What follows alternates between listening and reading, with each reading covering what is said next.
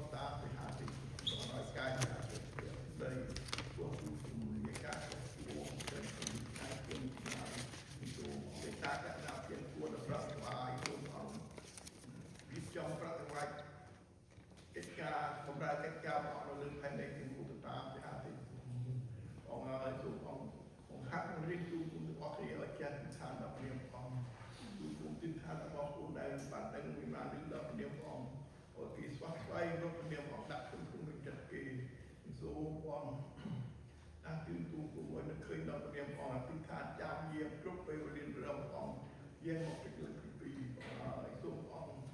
ជាវិញ្ញាណបរិសុទ្ធអត់ទូគុំរបស់គ្នាក្នុងការរីកចម្រើនកាប់នៅ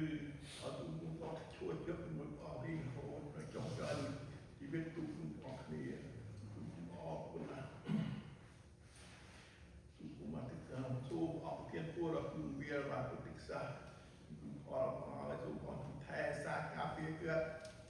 បានសុខសាន្តទៅដល់ប្រទេសនេះសុខសាន្តអរគុណបងបានទាននេះបំរើមកចែកចាយដល់ពេលទូបងឲ្យសូមវិញ្ញាណបរិសុទ្ធគង់នៅលើកើតអត់មានបញ្ញាស្រីវិញក្នុងការចែកចាយពេលទូអរគុណទូគ្នាវិជាទុកចិត្តឲ្យនឹងធ្វើតាមបងជាព្រះដែលមានអំណាចបេជាស្ដារគ្រប់បែបយ៉ាង